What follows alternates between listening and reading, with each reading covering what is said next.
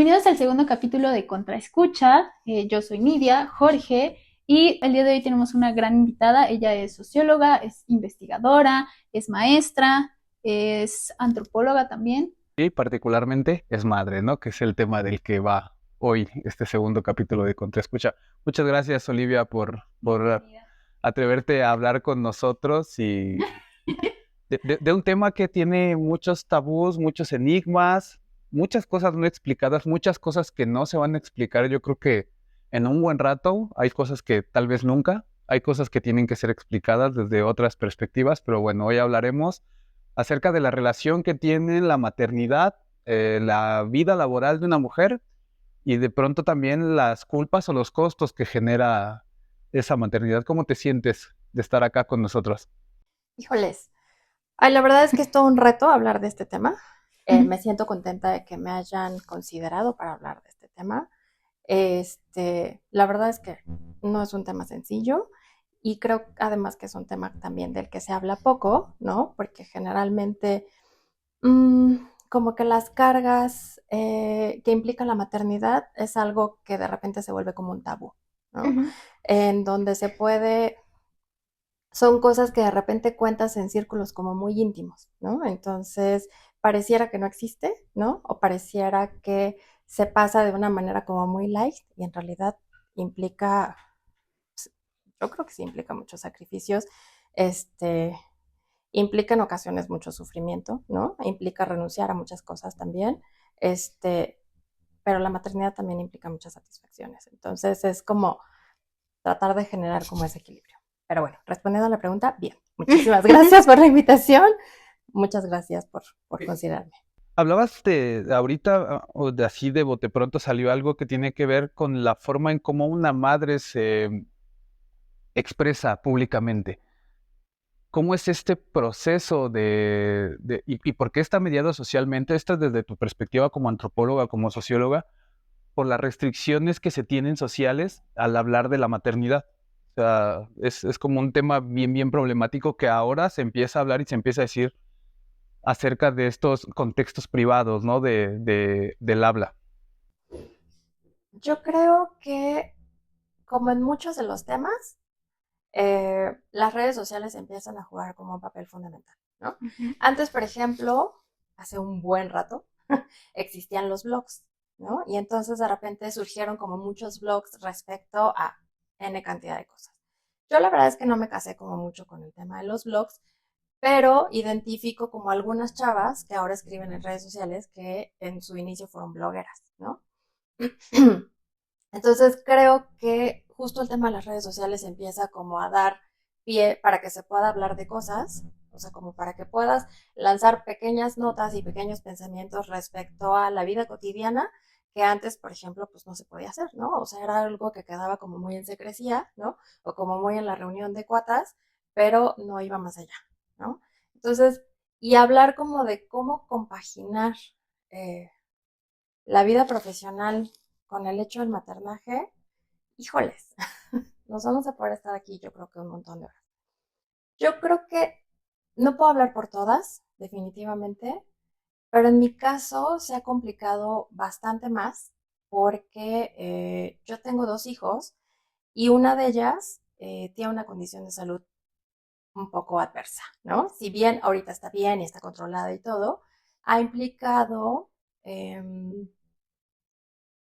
diferentes consultas con diferentes especialistas, ¿no? Entonces, eso finalmente también ha marcado la pauta para que yo tenga que renunciar como a muchas cosas. Tengo que ser como una madre muy presente porque mi esposo pues, es investigador de tiempo completo en otro en el CIMBESTA y entonces los tiempos y las cargas laborales para él, pues son muy complejas, ¿no? Realmente muy complejas, le dejan como poco espacio para poder estar como mucho más presente en muchas circunstancias, que trata de hacerlo al final, pero realmente, como además la carga económica la lleva él, ¿no?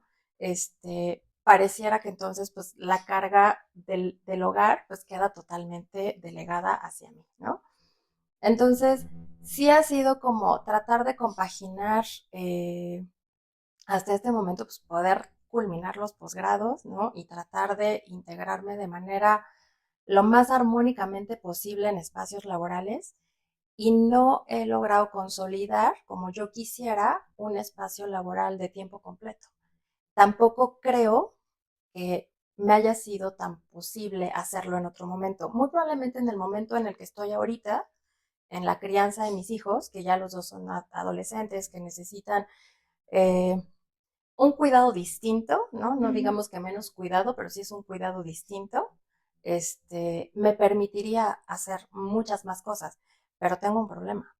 Tengo 46 años, ¿no? Entonces, en México, a los 46 años, las mujeres, pues, digo, empezamos a ver que incluso muchas de las eh, plazas de investigación que salen o algunos otros proyectos y demás, empiezan a tener un tope de edad, ¿no? Y en ese tope ya quedó totalmente fuera, ¿no?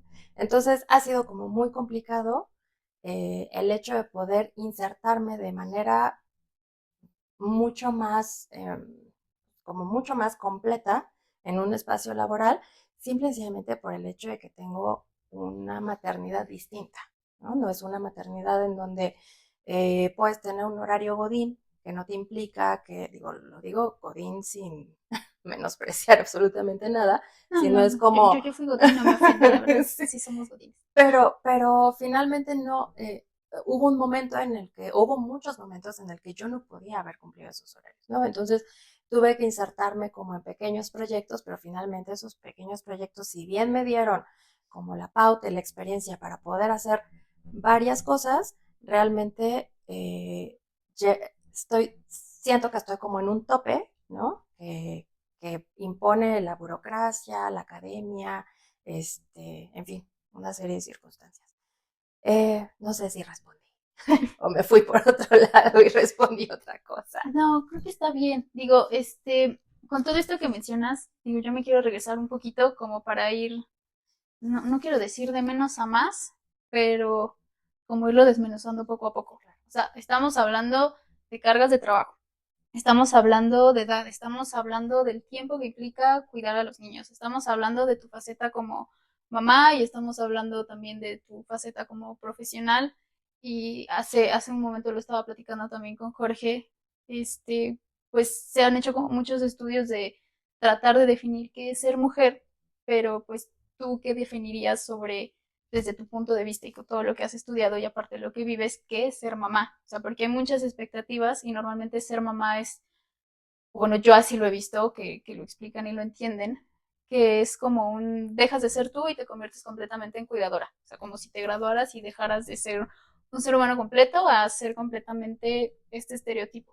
Entonces, desde tu punto de vista, ¿cómo podrías definir o qué crees que es ser madre en sí? Híjoles, qué pregunta. Yo creo que por lo menos en México, ser madre es un reto, ¿no? Y, y en momentos actuales es todavía un reto mucho más gigantesco. ¿Por qué? Porque en primer lugar no contamos con una política de cuidados, no contamos con instrumentos ni con política pública que de alguna manera nos faciliten la vida a las mujeres, ¿no? Porque no hay espacios de guardia y custodia para los chicos, ¿no? No hay, si quieres, por ejemplo, que alguien más cuide a tus hijos, pues tienes que recurrir al pequeño grupo familiar que tienes, ¿no? Eso sí lo tienes. Y si no lo tienes, entonces está como mucho más complicado. Nosotros, por ejemplo, ahora en Ciudad de México, no tenemos absolutamente a nadie, no tenemos familia, ¿no? Entonces realmente somos solos y nuestros hijos. Entonces, ¿qué es ser mamá? Híjole, pues es algo realmente, o sea, sí es un papel como súper satisfactorio. Realmente, eh, si me preguntan, ¿volverías a la distancia y lo volverías a hacer? Por supuesto que lo volvería a hacer. Por supuesto que lo volvería a hacer. Es algo que siempre estuvo como dentro de mis planes de vida, por supuesto, ¿no? Pero sí creo que implica muchísimos retos. Sí creo que si no tienes como una tribu que te acompañe, eh, llámense amigas, hermanas, mamá, yo creo que los primeros años de crianza de mis hijos, la compañía de mi mamá fue fundamental. Realmente creo que sin el acompañamiento de ella a mi grupo familiar no hubiéramos podido hacer muchísimas de las cosas que hicimos, ¿no? Yo no hubiera podido terminar la maestría, así de simple, ¿no? Este, Lamentablemente, pues mis papás tuvieron que mudarse a Querétaro, por diferentes temas, entonces por eso les decía, estamos como ahorita un poco solos, ¿no? Entonces, ¿qué es? Pues sí es un reto, ¿no? Definitivamente. Este, Hay situaciones sumamente gratificantes, no todo es negativo, ¿no? Realmente. La verdad es que el trabajo de criar a seres humanos es, o sea, sí es un trabajal, y cuando empiezas a ver como el fruto de eso y empiezas a ver que estás criando y creando personas, y bien, la verdad es que eso es algo mm, eh, que finalmente no te lo da otra cosa en la vida, ¿no? O sea, no es como que puedas intercambiar esto por aquello otro. Yo realmente creo que, insisto, lo volvería a hacer. Es complicado, sí, ha sido complicado, sí, va a seguir siendo complicado, definitivamente va a seguir siendo muy complicado. Y yo hablaba de que en estos momentos es mucho más complicado porque nuestros niños están creciendo, nuestros adolescentes, nuestros jóvenes están creciendo en un mundo eh, y en un país súper violento, ¿no? En un país en donde yo, por ejemplo, recuerdo haberme ido desde tercero de primaria a la escuela solita y regresar solita, ¿no? Viviendo realmente muy lejos de a donde iba a la escuela. Ahora con mi hija ha sido como súper complicado decir, bueno, órale, ya tienes 16 años, vámonos solita, ¿no? A la prepa. Entonces, híjoles, o sea, yo tengo claro que la tenemos que soltar, pero ha sido como realmente muy complicado el hecho de decir, órale, va, enfréntate a la vida, ¿no? Como a la vida cotidiana de lo que implica estar en esta ciudad, pero eh, lo hacemos con mucho miedo. Definitivamente lo hacemos con mucho miedo. Eso fue como por la parte de la seguridad, ¿no? Eh, y pues bueno, creo que una de las ventajas también que tengo o que tenemos los que maternamos desde la academia, pues es que formas chicos con espíritu bastante crítico, ¿no? Y eso pues también es algo que me encanta de ser mamá de dos que son como muy, eh, todo te interpelan, todo te preguntan, todo te cuestionan, y creo que eso lo da el hecho de a qué nos dedicamos su papá y yo, ¿no? Y Claro. creo que eso es un plus, ¿no? Un poquito retomando como esta parte de la crianza, ¿cuáles son los métodos que has utilizado para criar a los chamacos, no? Lo pregunto porque en otros lugares o en otros espacios hablan sobre crianzas afectivas, crianzas responsables, pero no te dicen, bueno, este es un método que yo utilizo, ¿no? Quizás le puede servir a alguien, ¿no? O sea, decimos como yo aplico tales cosas, damos como señales, pero no decimos como esto es lo que hago a partir de mi vivencia y de lo que yo he aprendido, ¿no? Porque para alguien que tiene tanta preparación, pues por supuesto que tiene marcos de referencia que son distintos y que pueden en algún momento ser como más adaptables y movibles, y eso le beneficia mucho a los chavos de las chavas. Entonces, ¿cómo es esa parte de la crianza? La verdad es que yo, o sea, conozco a parejas y a familias que realmente como mamá y como papá se sentaron a hablar y a decir, pues bueno, estas cosas sí las hacemos, estas cosas no las hacemos. Realmente nosotros creo que nunca nos sentamos y dijimos, bueno, esto va a ser así, ¿no? O sea, obviamente hay como muchas cosas en común que tenemos. Eh, Ahora empezamos a conocer mucho sobre la crianza positiva, ¿no? Porque por diferentes circunstancias, los chicos han tenido que ir a terapia, que yo creo que es algo que tendríamos que hacer absolutamente todos, porque siempre tener a alguien con quien hablar, en un espacio privado, la verdad es que es un privilegio, pero creo que todos tendríamos que tener acceso a ello. Y las psicólogas, ambas son psicólogas, pues usan mucho este tema de la crianza positiva, ¿no? Y entonces, cuando te topas con eso, te das cuenta de que hay un montón de cosas que has venido haciendo mal, ¿no? Porque te criaste en un mundo, No te en preocupes. donde, pues tú no aprendiste de esa forma, ¿no? Entonces ha sido una lucha constante porque además traes aparejado y traes como un bagaje súper complicado que tienes que poner en concordancia con la pareja. Entonces, ahí creo que esa negociación de qué sí, qué no, hasta dónde permitimos, hasta dónde no. eh, Esa es la parte de repente que te puede llevar como pareja a un punto muy complicado y muy complejo. Por ejemplo, no sé, eh, yo sí soy un poco como la mala del cuento, ¿no? En mi familia, o sea, en mi grupo familiar, yo sí soy como un poco la mala del cuento porque soy la que está, lávate los dientes, bañate, haz la tarea, bla, bla, bla, ¿no?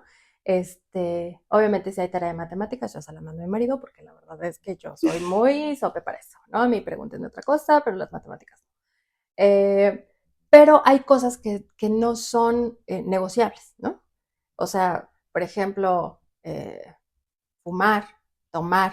Lo digo porque mis hijos están entrando a la adolescencia. Bueno, una tiene 16 años. Entonces, hay cosas que ni siquiera las hemos tenido que mencionar, ¿no? O sea, como pareja, porque sabemos perfectamente que en ese tipo de situaciones es una tolerancia cero, ¿no? Es tolerancia cero a la violencia, tratamos de que sean personas de bien, ¿no? Tratamos de que sean un niño y una niña lo más felices posible. Creo que somos un poco raros y un poco atípicos porque nunca hemos estado detrás de ellos por la excelencia académica, por ejemplo, ¿no? Tampoco es que sean, y que los dejemos hacer lo que se les pega a su gana. Pero en ese sentido, por ejemplo, respondiendo a la pregunta, pues sí hemos buscado espacios escolares que sean como muy ad hoc a lo que pensamos, ¿no? Y que sean como muy eh, pensados también para ellos, porque son personalidades distintas. Entonces, un sistema que le acomodó a una no es un sistema que le vaya a acomodar al otro, ¿no? Entonces, eh, pero es un tema de negociación, es una negociación constante con la pareja, es una negociación constante también con los hijos, aunque ahí, insisto, hay cosas que no se negocian, ¿no? Pero pues es un estira y afloje. Y yo creo que, o sea, ustedes como pareja lo deben saber, ¿no? Es un estira y afloje de todos los días, ¿no? De ceder un poquito, de no ser tan dura para ciertas cosas. Tratamos de que sea como lo más armonioso posible, ¿no? No siempre se logra y menos en la adolescencia. Eh, pero bueno, creo que mientras estemos en concordancia, este, eh, mi marido y yo respecto a qué cosas sí y qué cosas no en el plano de la crianza, ¿no?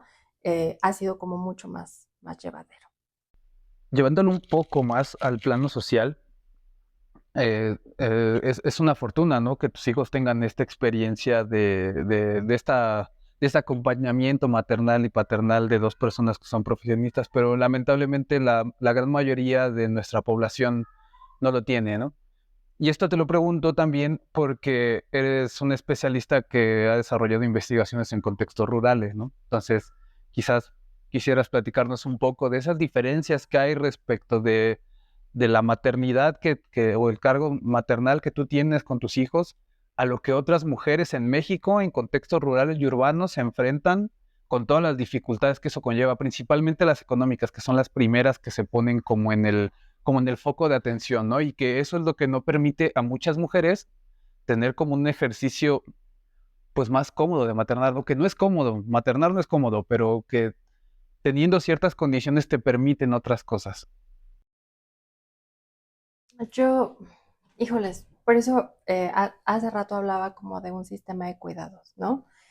Eh, el cuidado debería ser un derecho, ¿no? Porque eso implicaría que el Estado te diera opciones para poder tener a tus hijos en espacios en donde pudieran ser cuidados cuando los padres y las madres necesitan salir a trabajar. En zonas rurales, pues yo creo que sí hay como mucha más desventaja en cuanto a muchas cosas, pero específicamente en el tema de la crianza y de los cuidados, eh, también están como, sin que ellas lo manifiesten de esa forma, pero también tienen una cantidad de redes y de tribus, ¿no?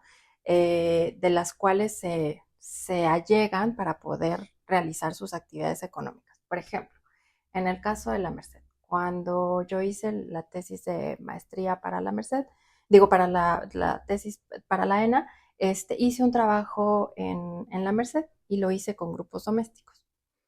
Y ahí identifiqué que había una organización súper importante de cuidado, ¿no? No solamente como de familia extensa, sino de personas que muy probablemente se conocían únicamente por trabajar cerca o por vivir cerca, ¿no? Y entonces se organizaban de tal manera que una o dos iban y recogían a los chicos de la escuela, iban y los dejaban en la casa de alguna otra que en ese momento decía, no, pues yo no salgo hoy a trabajar, ¿no? La gran mayoría ahí en la Merced son comerciantes, algunas no viven ahí, por ejemplo, ¿no? Y entonces, de lo que se trataba era de hacer como una red de apoyo. Por eso decía, si no tienes una tribu, realmente sí es mucho más complicado. O sea, creo que maternar en solitario es una de las cosas más complicadas que se hacen. Y eso lo podemos ver en cualquier estrato social que podamos explorar. Obviamente, si nos vamos a estratos ya como, no sé cómo nombrarlo, pero que tengan pues mucha más capacidad económica, pues me parece que lo tienen resuelto, ¿no? Pero las que estamos un poquito más para acá, y las que están con una dificultad económica mucho más severa, pues, en algunas circunstancias, también lo que tratan de hacer como para sobrellevar y como para subsistir y como para tratar de mantenerse económicamente activas es generar redes. En muchas ocasiones no lo logran.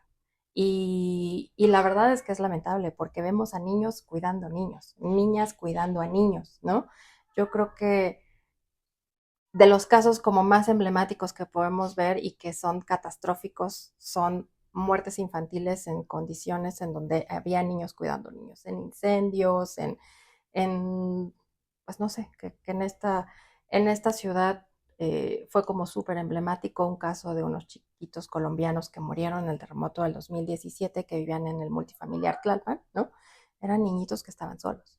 Entonces, y ahí era evidente que no había una red. Entonces, eh, reitero, maternar es complicado, maternar en solitario es súper difícil, nos vuelve vulnerables a las mujeres que tienen que maternar en solitario, ¿no? Si no hay una red de apoyo y si no hay como, o la familia, que en muchas ocasiones también escuchamos historias súper complicadas respecto a cuando los cuidadores son familiares cercanos, ¿no? Pero bueno, son como medianamente los grupos domésticos lo pueden ir resolviendo. Eh, Debo insistir en que no, creo que no podemos como generalizar las problemáticas, pero una de las cosas que sí podemos decir es que si no tienes una red de apoyo en el espacio en el que vivas, es muchísimo más difícil el tema de la maternidad, muchísimo más complicado. Justo hablando de, o sea, tú lo mencionas como tribu y como redes de apoyo, pero digo, no me sorprendí, creo que a nadie, que esas redes de apoyo en su mayoría o en su totalidad son mujeres. Entonces, hace poco salió una noticia, justo lo estábamos revisando, de que en Corea del Norte las mujeres de plano decidieron ya no tener hijos, pero no por una falta de deseo, sino por justo estas disparidades que hay, ¿no?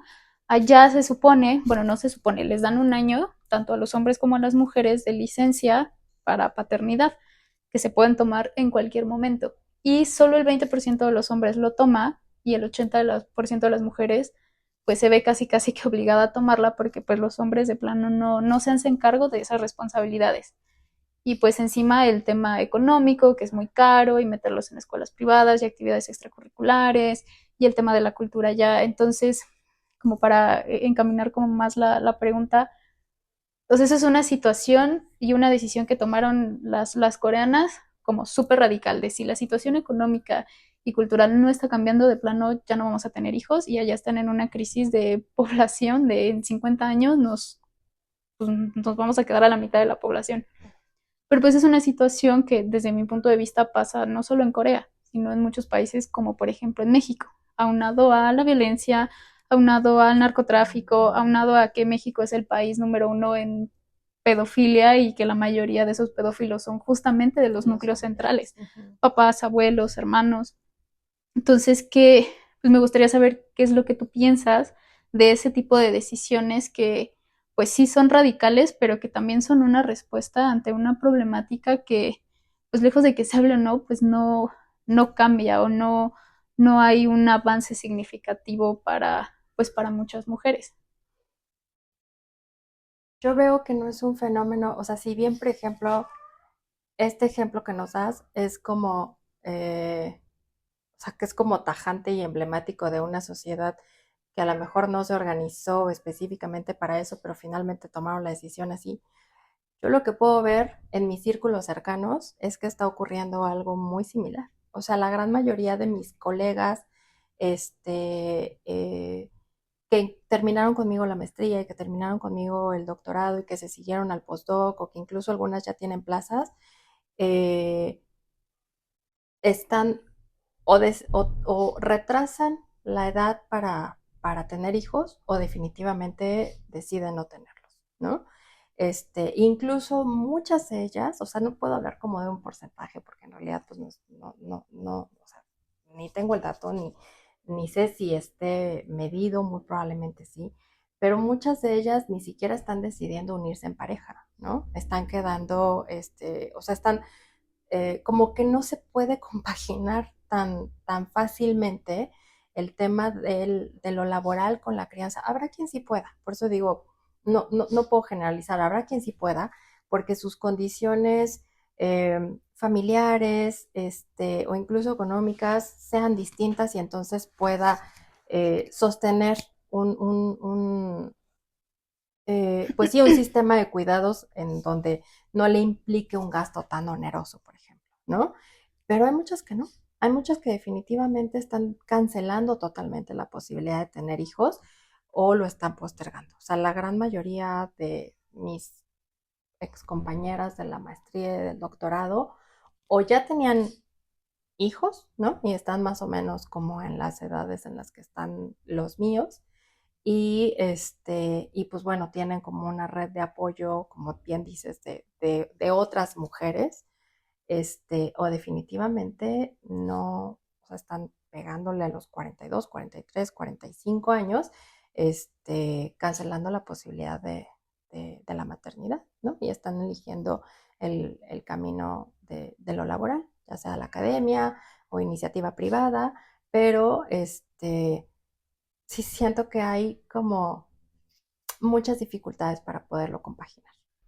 Hay dos fenómenos que están jugando ahí como en ese fenómeno. Uno tiene que ver con si se encuentra o no una armonía entre la vida laboral y la maternidad, ¿no?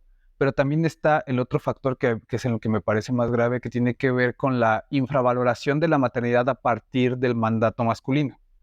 Entonces, desde tu perspectiva, ¿cuál crees que sea? Desde la mía es como el mandato masculino está haciendo ahí un efecto bastante negativo, que obviamente hay estos fenómenos de resistencia que me parecen fenomenales, pero que al final del día no están llevando al objetivo primordial, ¿no? Que no es infravalorar la maternidad, sino cuestionar la masculinidad y principalmente la paternidad. Justamente hace rato hablábamos ni de ello y le decía como, no hay científicos que estén viendo tanto el tema de la paternidad. Todavía los hombres seguimos en algún momento tratando de develar los secretos ocultos de Platón o Aristóteles, ¿no?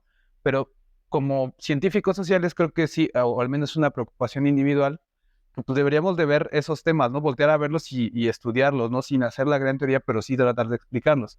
Entonces, bueno, con todo esto regreso un poco como, pues desde tu perspectiva, ¿cuál de los dos es, no? La poca armonía que hay entre maternidad y vida laboral, o realmente es el mandato masculino el que está haciendo ahí ese efecto. Pues yo creo que no son excluyentes. O sea, yo creo que uno puede ser consecuencia del otro. Me quiero regresar un poquito respecto al tema de la ausencia de estudios sobre paternidades, ¿no? Yo creo que es una beta importantísima que no se está tocando y no sé por qué no la están queriendo abordar los que hablan sobre masculinidad, ¿no? Por ejemplo, los y las, ¿no? Porque se trata de explorar bastante como el papel de las madres, ¿no? Pero el papel de los padres en un sinfín de circunstancias, en el cuidado, este, en el involucramiento de la vida cotidiana, de las labores domésticas. Es, Me parece que de repente son como más discursos, ¿no? Y que ni siquiera tenemos como, o sea, sí hay dato duro, sí hay mucho dato duro, realmente, no mucho, pero sí hay. Me parece que recién hace unos cuantos meses, medio año, no sé, tal vez menos, el INEGI sacó las horas, ¿no? Que dedica el varón a las labores domésticas versus las horas que dedican las chavas a las labores domésticas, ¿no?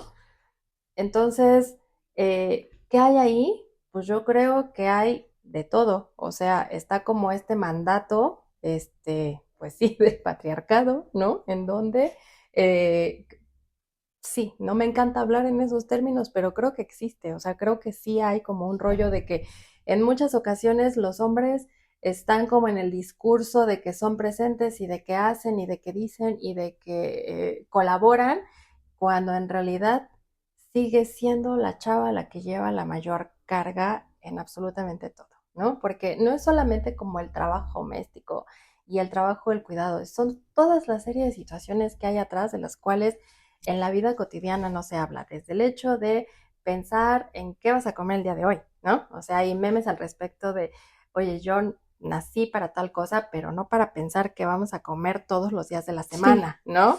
Es una realidad, Sí, sí, o sea, claro, es por una supuesto. realidad. El hecho de que dices, puta, ya se me acabó el papel de baño, ¿no? Ese tipo de cosas, perdón, pero los chavos de verdad no lo tienen como en la mente, no está como, o por lo menos no la gran mayoría de los chavos. Creo que hay que reeducarse en ese sentido para que el núcleo familiar funcione de una manera mucho más justa para las chavas, ¿no? Y creo que las chavas tenemos el trabajo y el compromiso de que nuestros chicos y nuestras chicas no repitan esos patrones, ¿no? Está muy complicado.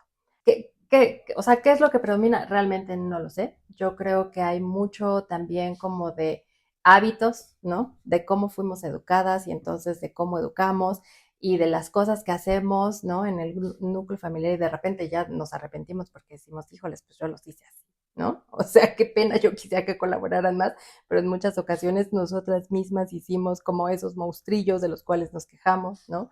Este, eh, pero sí creo que hay que dejar de lado el discurso del involucramiento y de los cuidados para darle paso a que los chavos realmente se hagan cargo de eso. Porque decía hace rato, no solamente es como la carga que se ve, ¿no? Del día a día, es esa carga que no se ve, ¿no? Es ese, haz la cita con el pediatra, haz la cita acá, tienes que llevarlos acá, se te olvidó pagar la colegiatura, o sea, como esa carga mental, ¿no? Que te absorbe horas, que te absorbe sueño, que te absorbe energía, que de repente estás clavada escribiendo algo o calificando exámenes y dices, chin, ¿no? No he pagado la luz o cosas por el estilo, ¿no? Son cargas que de verdad, no se comparten de manera equitativa en los grupos familiares. Estoy segura, estoy segura porque además es algo que sí se habla, como entre nosotras, entre las chavas, sí se habla, ¿no? O sea, sí se dice, pues sí, la verdad es que es una carga que ellos no tienen. Yo no sé si por hábito, ¿no?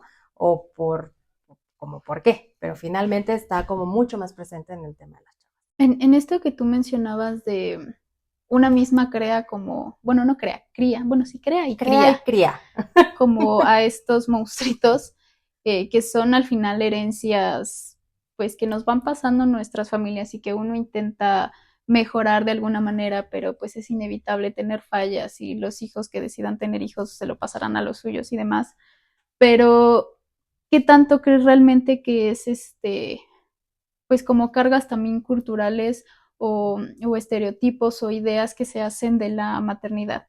Por ejemplo, lo veíamos nosotras incluso cuando estábamos con el tema de mi tesis en México y el tema de la guadalupana, ¿no? Que es como la madre abnegada y la que te concede milagros y la que da la vida y la madre que es intocable y que parte da a luz sin la necesidad de ningún hombre, pero pues ahí está, ¿no? Y que eso de alguna manera se traslada como a la idea de las madres pues ya de carne y hueso, ¿no? Por mencionarlo de alguna manera y no ofender a ningún creyente. No, y si se ofenden, pues será Pero cuestión de bueno, ellos, ¿no? pero, o sea, las madres que sí tienen a sus hijos físicamente con ellos, qué tanto pues se traslada de esa manera, o sea, todas esas ideas, porque tú ahorita lo mencionabas, en tu rol o en tu núcleo familiar, no sé si está en lo correcto, pero se podría decir que se rompe un poco esa idea de, la mamá, la buena, la tierna, y aquí contigo es como un poquito lo contrario. Pero también siento que está como este doble discurso de, como la mamá de Malcolm, Lois, que es como muy, muy dura y muy recta y muy firme y súper enojada, y versus la mamá abnegada, milagrosa. Entonces, ¿cómo, desde tu perspectiva, tanto personal como a nivel social, cómo crees que funcionen estos, o cómo crees que operan estos roles al momento de la crianza, tanto en los hombres como en las mujeres, o sea, en estas ideas de lo que es ser mamá? ¿Qué es ser mamá? Yo creo que sí hay un estereotipo de la superwoman, eh, y que en muchas ocasiones está generado también por nosotras mismas, porque nosotras queremos ser esa superwoman, ¿no? Porque al final, eh, por lo menos en mi caso, ahí sí voy a hablar de manera muy personal, este, tengo que manifestar abiertamente que llego a ser un poco controladora, ¿no? Entonces, si no lo hago yo, está mal hecho, ¿no? Ese es como un grave problema que tengo que resolver, ¿no? En Nadie me terapia ayuda. y Nadie no, me ayuda, pero cuando me ayudan no lo hacen como quiero. exacto, Sí, ajá, claro. exactamente, ¿no? Entonces, digo, nos burlamos mucho de eso en casa y al final pasa mucho, ¿no? Y yo creo que sí hay como un mandato, ¿no? De hacerte responsable de absolutamente todo. Yo me acuerdo que cuando iban a ser mi hija, la ginecóloga me dijo, mira, yo te voy a hablar de algo que nadie te dijo. Y yo, a ver, échamelo, ¿no? Y me dice, tu casa jamás se va a caer si está mugrosa, ¿no? No pasa nada si no hay leche, no pasa nada si nadie es el súper, no pasa nada si en ese momento se te acabó el papel de baño y alguien tiene que ir a comprar. Y si no, pues usas servilletas, no pasa absolutamente nada, ¿no? Eh, Tu prioridad en este momento eres tú, cuidarte tú, porque en el momento en el que cuidas de ti, vas a poder cuidar de esta niña. Si no lo haces de esta forma, entonces no vas a tener nada para poder darle a ella, ¿no?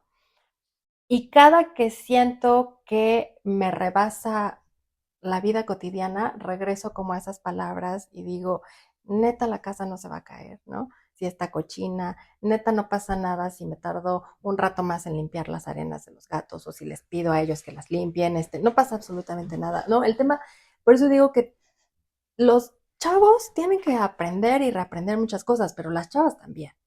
O Ah, sea, realmente sí tenemos que reaprender que no pasa absolutamente nada si hay cosas de la vida cotidiana que no ocurren, ¿no? Y darle importancia a lo importante. Y, y que lo importante en muchas ocasiones no está como en el hecho de que, chin, pues ya se me acabó la sopa de fideo, comes cualquier otra cosa, rey, ¿no? Este, ese tipo de situaciones que se vuelven justo una carga son como las cosas que tenemos que reaprender. Hay estereotipos, por supuesto que hay estereotipos y que están mandatados desde un lado y desde el otro. Y que contribuimos las chavas a eso, por supuesto, muchísimo, totalmente, ¿no? Pero también hemos contribuido mucho a desmitificar todo este rollo, ¿no? O sea, yo no soy una madre abnegada, yo no soy una madre que cree y les ha hecho creer a mis hijos que yo lo puedo absolutamente todo y que yo lo sé todo, ¿no? Creo que una de las cosas más chidas es decirle no puedo y no sé, ¿no?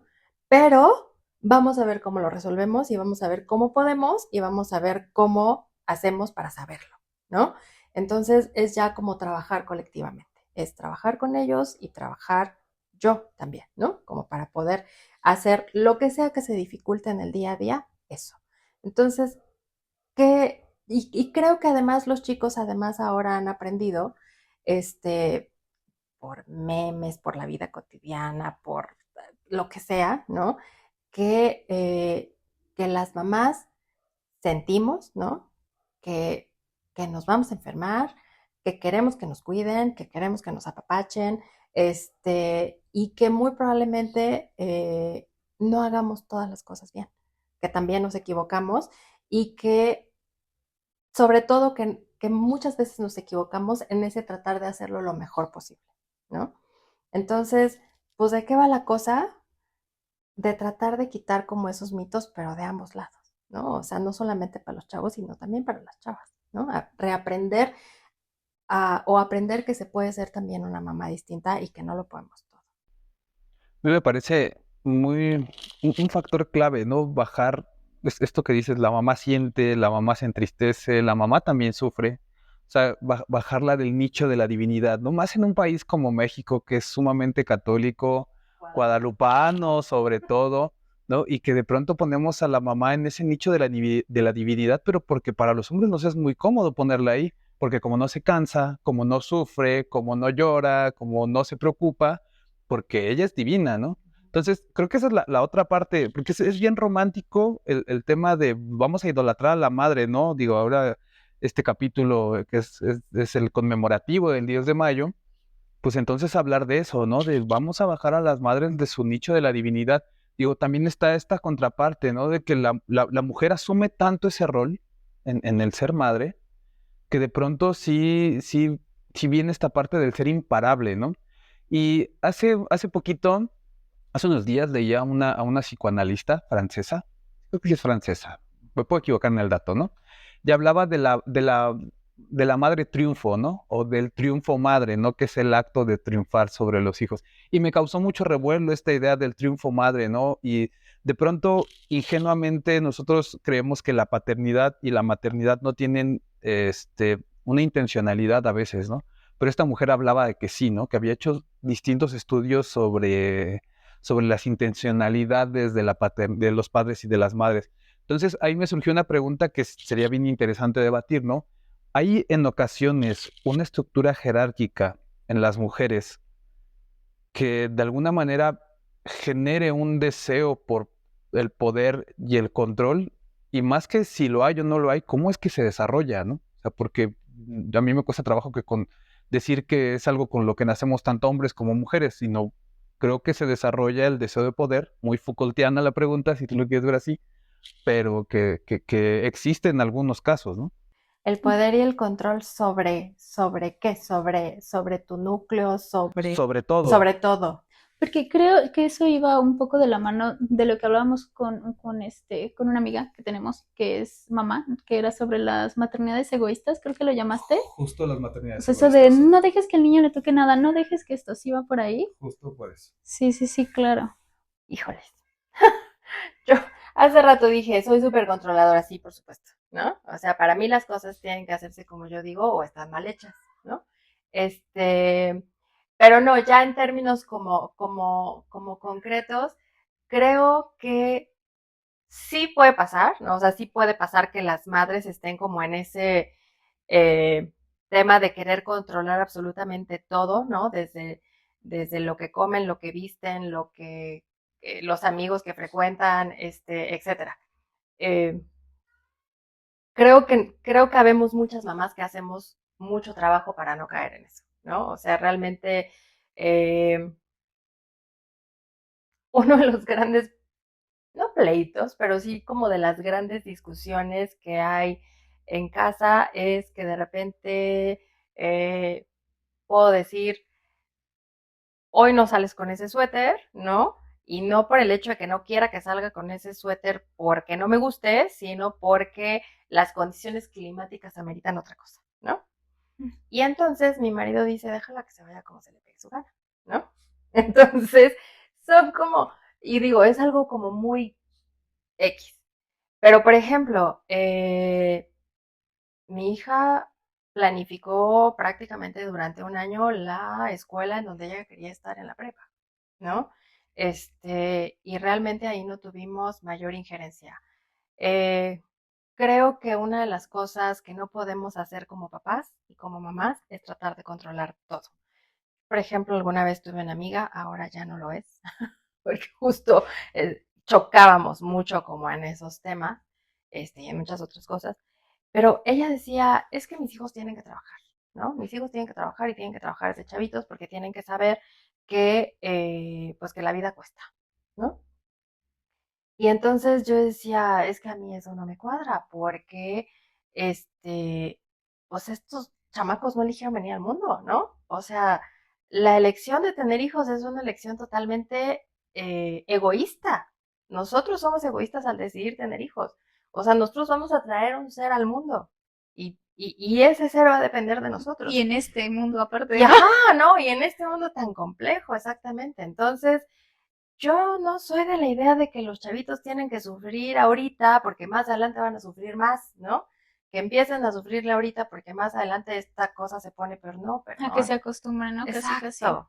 No, perdón, ¿no? Entonces, en ese sentido, si me hablas como de, o sea, como de querer controlar cada espacio de la vida, creo que hay muchas mujeres que sí lo hacen, ¿no? Y también lo hablo empíricamente, digo, no es que conozca muchísimas familias, pero hay muchas que conozco que sí están instaladas, principalmente las chavas, en ella va a estudiar lo que yo diga, va a hacer lo que se va a ir a vestir como yo diga, va a estar en la escuela que yo diga, y prácticamente las amigas tienen que estar revisadas por mí, ¿no? Amigas y amigos, ¿no? Y ya no hablamos de parejas porque, bueno, ya nos metemos en otro brete. Pero eh, yo creo que cuando tratas de tener el control de algo por el poder mismo, ¿no? Ahí ya perdiste. Yo creo que ahí ya no hay poder para negociar, ahí ya no hay poder como para diálogo, ¿no? Si no estás abierto a que la familia es un equipo y en el equipo pues muy probablemente haya jerarquías por edad, ¿no? Y hay cosas que no se negocian, pero hay muchas otras cosas en donde sí tiene que haber mucha paridad y sí tiene que haber mucho diálogo, ¿no? Y yo de verdad creo que cuando las chavas decidimos tener el control por el control mismo, por un tema de poder, tenemos que resolver ese desma en terapia porque algo no está. Me surgió ahorita como una duda de cómo ha sido para ti en un país tan violento como México criar justamente a una mujer y criar a un hombre. O sea, con esta división de querer romper todos estos estereotipos de lo que debe ser una mujer, de lo que es una mamá, de lo que es un hombre, de qué cosas no están bien, de lo que tú dices, pues hacer hijos de bien, ¿no? O sea, ¿qué realmente es hacer una persona de bien? ¿Hasta dónde se rompe esa línea de esto yo se lo estoy enseñando a mis hijos con las mejores intenciones? Digo, como hijos nos ha pasado, ¿no? De, oye, pa, esto me lo enseñaste con la mejor intención, pero la neta no fue así, ¿no? Me generaste un daño. Y pues es algo bien natural que a todos nos pasa, ¿no? Cometer errores. Pero, pues sí, en un contexto tan fuerte y tan disparejo, ¿cómo es unirlo en un núcleo familiar, ¿no? De tratar de equiparar las cosas lo mejor posible. Yo creo que ahí sí es fundamental, bueno, ahí en muchas cosas, pero es fundamental la presencia tanto de papá como de mamá, ¿no? Y no solamente la presencia, sino los actos del día a día.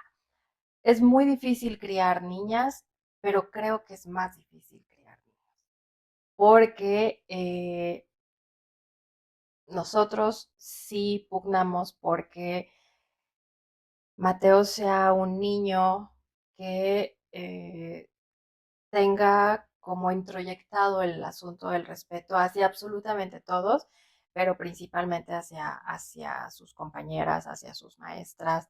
Eh, y nos topamos con que justo la lucha está entre sus pares, ¿no? Como que eh, como que este discurso, de repente en algún momento nos topábamos con el Mateo diciendo, es que las mujeres vinieron aquí para servirnos y no, nos infartamos. O sea, sí dijimos, pero ¿de dónde sacaste tal cosa, no? Y eran como de diálogos que tenía con algunos compañeritos y compañeritas en donde se nos prendió así como una La red alerta, ¿no? flag, ¿no? Sí. Así de qué está Sí, pasando con pi, quién está pi, hablando, pi. ¿no? Si se supone que está en una escuela un poco más progre, ¿no? Entonces es como súper difícil, pero además es súper difícil, además, el tema de sí o sea, se lo decimos, pero además que él que él lo vea en casa, ¿no? Que él identifique que, pues, que su hermana ni yo estamos para servirle agua, ¿no? Que no estamos ahí, como de sus sirvientas, ¿no? O sea, somos familia, ¿no? Ese tipo de cosas son como las que, insisto, son como pequeños hábitos y hay que trabajarlos, ¿no? Por supuesto, sí les reitero, tenemos un tema de cero tolerancia a la violencia, ¿no?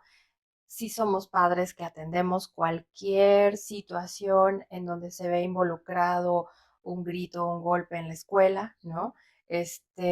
Y es mucho más, reitero que es como mucho más difícil criar niños porque los niños se enfrentan mucho más a eso, porque los niños tienen el mandato en la escuela de defiéndete, ¿no?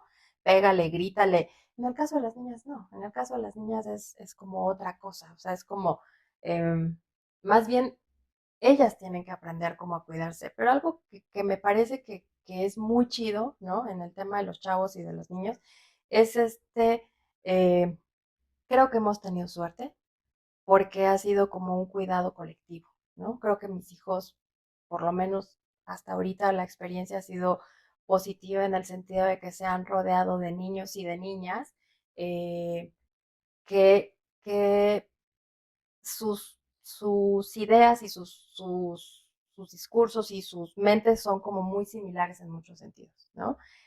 Digo, nos hemos topado absolutamente todo, pero como que la generalidad es que conviven con chicos que están más o menos como en ese mood también. Y cuando no ha pasado, ¿no? Es como muy chido porque además lo hablan entre ellos. O sea, como que ellos entre ellos, mi hijo y mi hija, se ayudan como a resolver esos conflictos de, oye, pues tengo un compañerito, no sé, el Mateo llega y le cuenta a la Ana cosas que a nosotros nos cuenta. Entonces es como, tengo un compañero que, habla de los negros de manera muy despectiva, cosas por el estilo, ¿no? Y entonces, aprenden a resolverlo ellos y de repente ya nosotros nos enteramos cuando ya pasó como todo el caos, ¿no?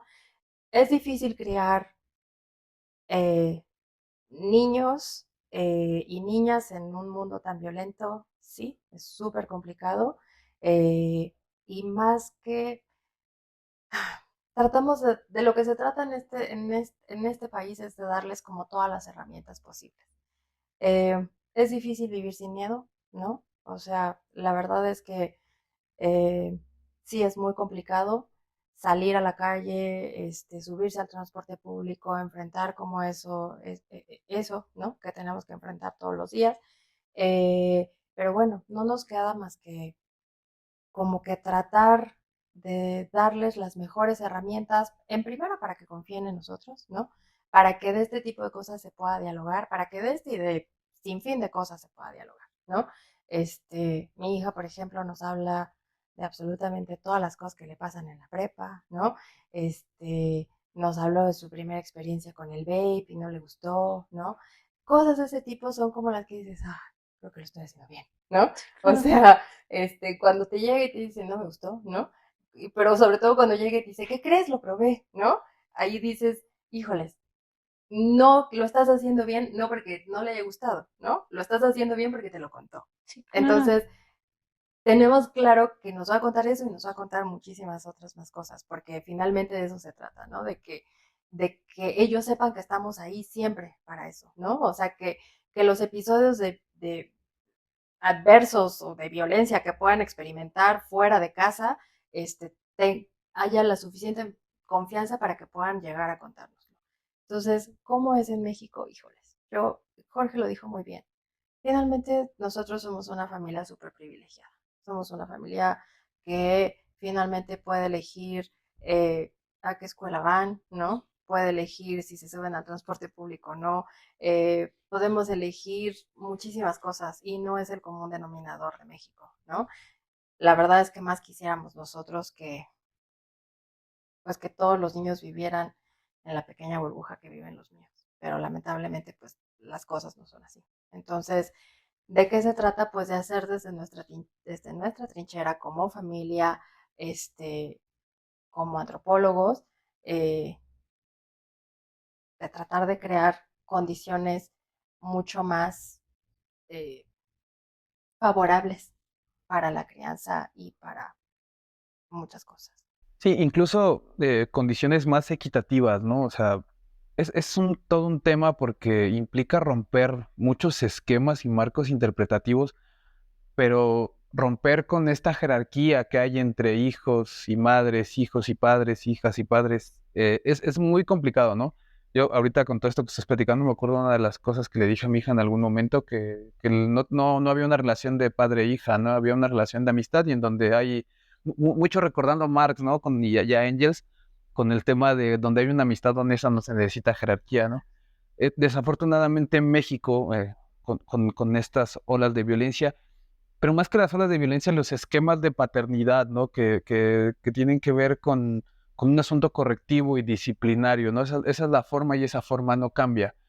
Hoy veo que hay toda una generación que cuestiona todas esas cosas, las personas de 25 a 35 años, que es como esta nueva generación, yo les llamo la generación del cansancio, porque están cansados del veredado, ¿no? Estamos muy pinches cansados de eso, la verdad, o sea, del tener que reparar lo que papá hizo, tener que reparar lo que mamá no hizo, de tener todas estas cosas, pues estamos sumamente cansados, ¿no?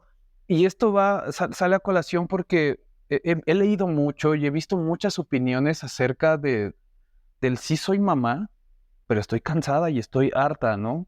Me siento insuficiente, me siento culpable, tengo dudas de si soy buena madre o no soy buena madre. Entonces, pues, ¿cuál es tu perspectiva al respecto de esa parte, ¿no? Que ya es como un asunto más individual que también se traslada a lo colectivo, pero que al final del día, hoy está, ¿no? Hoy mucha gente se siente así, incluso con mucha preparación y gente con poca preparación, ¿no? O sea, no es un factor que determine, vaya, pero está. Yo creo que el tema como de deshacer o de eh, sanar lo que hicieron con nosotros, no creo que sea solamente esta generación. Yo creo que es algo que en muchas ocasiones experimentamos, absolutamente una gran mayoría, ¿no? Porque, porque finalmente, pues en México venimos de familias en donde eh, el tema de el poder está detentado por el padre, ¿no? Y el Ujú. padre decide a qué escuela vas, cómo te vistes, sí hay una generación, o sea, sí hay un momento en que estas generaciones estamos rompiendo con eso, ¿no? Tan es así que que nuestros hijos están eligiendo muchísimas otras cosas que a nosotros no se nos dio oportunidad de elegir, ¿no? Pero, pero sí creo que ese es sanear cosas, ¿no? Y sanarlas de manera individual y que sí, efectivamente pega en lo colectivo porque finalmente se crean y se crían generaciones con muchas situaciones sin resolver.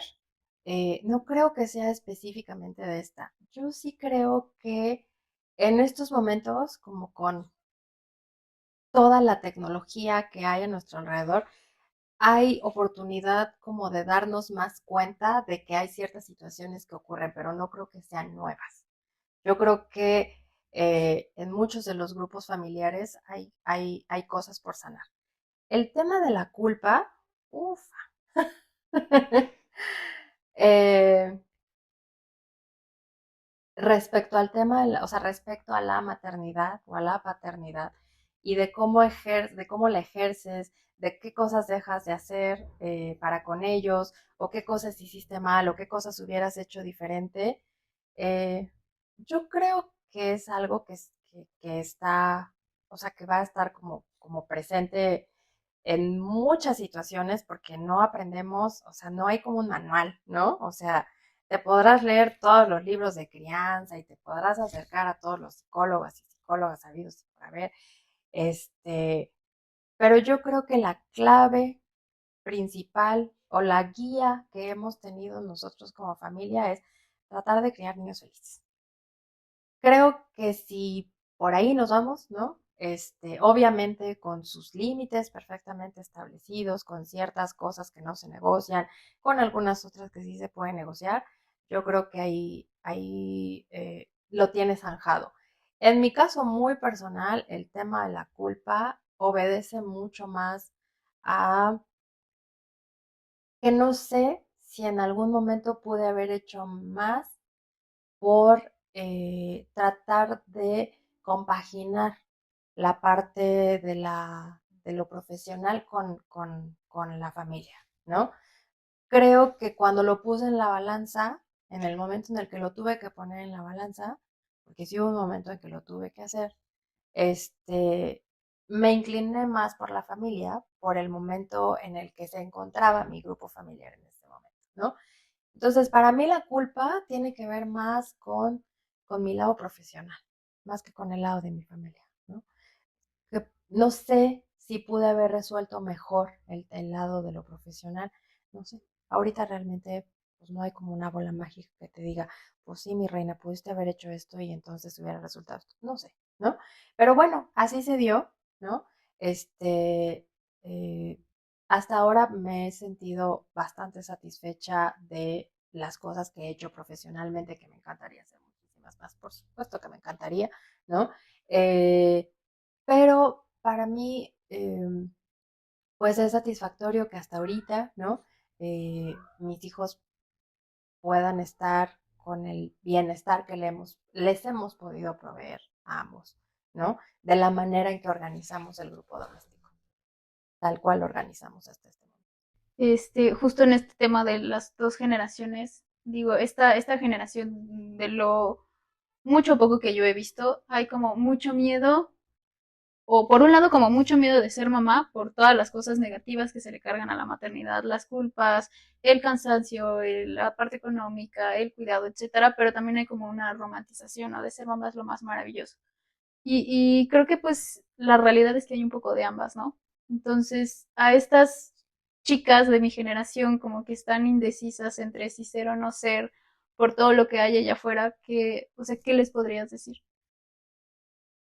Wow. Ok. Es que es muy difícil porque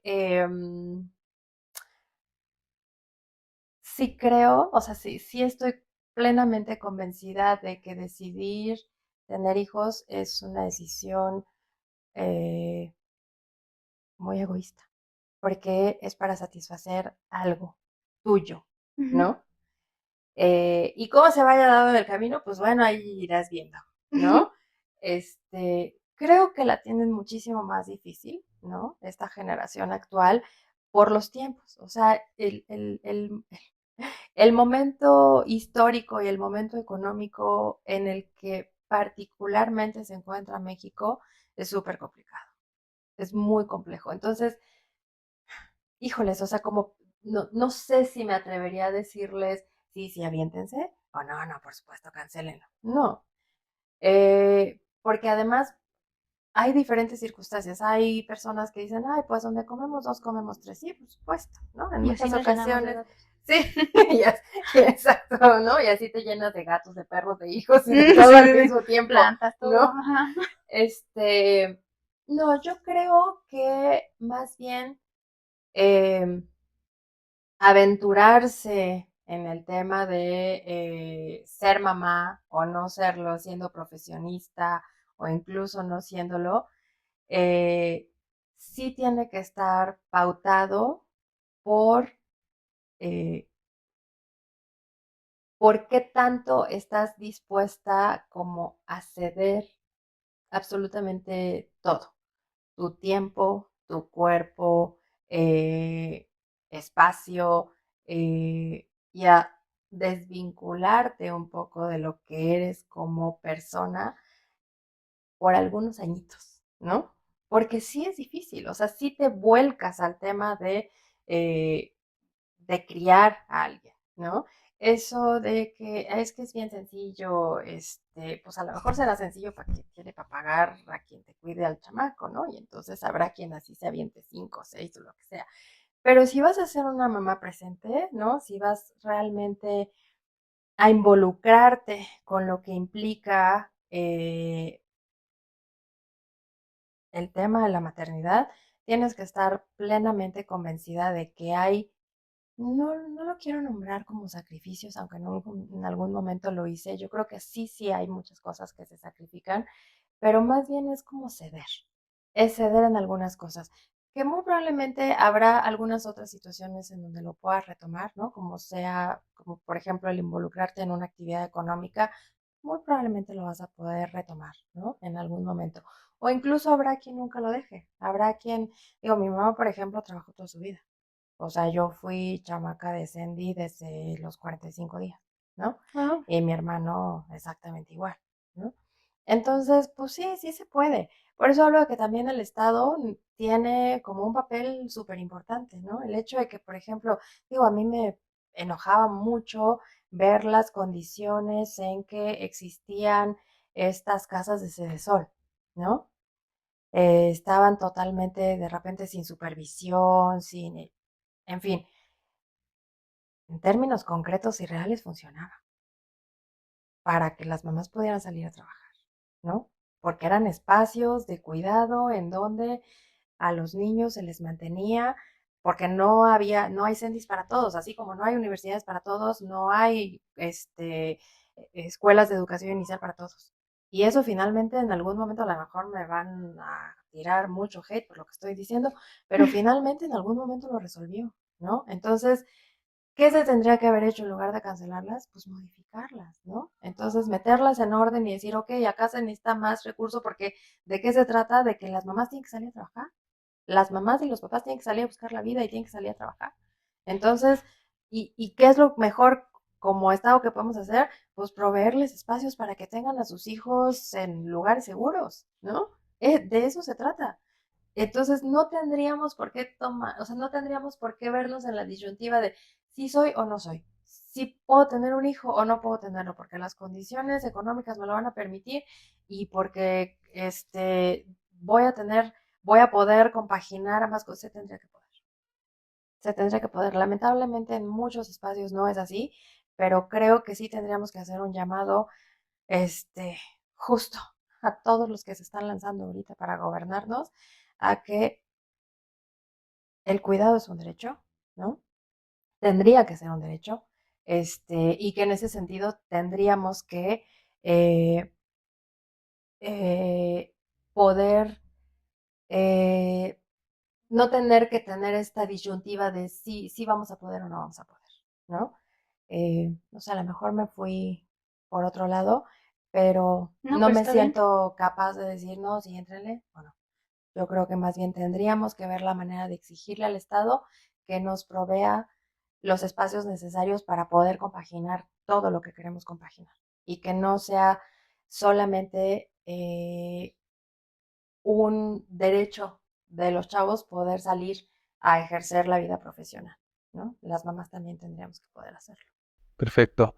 Pues bueno, este capítulo yo creo que lo van a ver muchas madres Esperemos. y toda esta charla va a servir de muchas cosas. Yo espero que no sea una guía, yo espero que sea un espacio de reflexión, que dentro de todo se comuniquen con nosotros, que escriban, que dejen sus inquietudes, porque para eso son estos espacios, ¿no? No para darles una guía de cómo hacerle. Creo que el tener perspectivas como la tuya, experiencias como la tuya, pues ayudan un montón a que las mujeres y también los hombres, principalmente creo que los hombres, pues empecemos a reflexionar y empezar también al llamado a la acción, ¿no? Y este último llamado que haces a las autoridades y al gobierno federal me parece que es de vital importancia, ¿no? El Estado tiene que hacerse cargo de muchas cosas y bueno, no nos queda más que utilizar este tipo de plataformas para decirles, no están haciendo su trabajo, son unas personas sumamente omisas, ¿no? Hay algo que yo he condenado mucho desde el silencio, que es el desprecio que tuvo el presidente hacia una madre buscadora.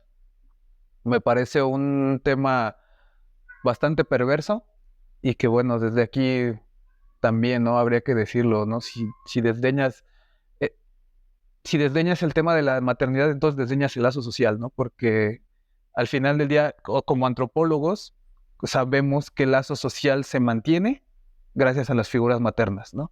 Y esa es una carga que no hemos visto como profesionales de ningún tipo, pero que tenemos que voltear a verla, ¿no? Y que esa carga debe ser compartida, pero que si hasta hoy las sociedades funcionan como funcionan, es porque ha habido una figura maternal que la ha mantenido y que está en pie, ¿no? Y que sigue a flote. Y entonces, en ese sentido, pues voltear a ver eso, ¿no? Sí, totalmente. Yo creo que el Estado nos debe mucho en ese sentido, y no solamente a estas nuevas generaciones. O sea, es algo que no se ha trabajado con suficiencia, no se ha dotado con suficiencia de espacios para, eh, sí, para cuidado, ¿no? No, o sea, son como los grandes ausentes. Eh, lo- los espacios para cuidar tanto a niños como a adultos mayores. Porque el tema de los cuidados no solamente es hacia, o sea, acá hablamos como de la maternidad, porque esa era la centralidad, ¿no? Pero si nos vamos como al otro extremo, ¿no? En donde de repente son adultos mayores que están siendo cuidados por otros adultos mayores, híjoles, yo creo que a lo mejor tendrían ustedes que explorar ese tema también y traerlo a Al colación, debate. porque es otro rubro en donde efectivamente está totalmente descuidado. Y este tema de las autoridades y del diseño, híjoles, pues, ¿qué les podemos decir? La verdad es que este gobierno ha diseñado a absolutamente todos aquellos a los que les prometió que iba a cuidar, ¿no? A todos, absolutamente a todos. Jóvenes, mujeres, adultos mayores. eh, el mensaje yo creo que fue muy claro, efectivamente, ¿no? Como dices, si te atreves a cerrarle la puerta a alguien que vivió una de las violencias más brutales, que es que les aparezcan a un hijo, y desde ahí estás cancelando la posibilidad de escucha, ¿qué podemos esperar el resto de los mortales en este país? ¿No? Entonces, pues bueno, yo creo que hay un montón de temas alrededor que no, tal vez no se tocaron con suficiencia, y que a lo mejor hubiera estado padre como ahondar un poco más. A lo mejor tal vez las referencias personales fueron como muy amplias, pero no tengo otra manera como de explicar el mundo en el que me muevo, ¿no? Tanto de la academia, si no es desde la experiencia personal. Entonces, pues muchas gracias por el espacio, muchas gracias por pensar eh, pues, en la mujer y en la mamá para un programa como este. Muchas gracias. En Contraescucha lo que más prima es la experiencia personal. Creo que ese es el objetivo principal, escuchar la experiencia personal. Y como alguien que fue formado por buenos antropólogos y justo haciendo como honor a esa enseñanza, también Contraescucha tiene esa perspectiva, ¿no? Que lo personal es social, pero también lo social es personal y todo eso es político. Claro. En ese sentido, pues bueno, hay aquí perspectivas muy, muy chidas.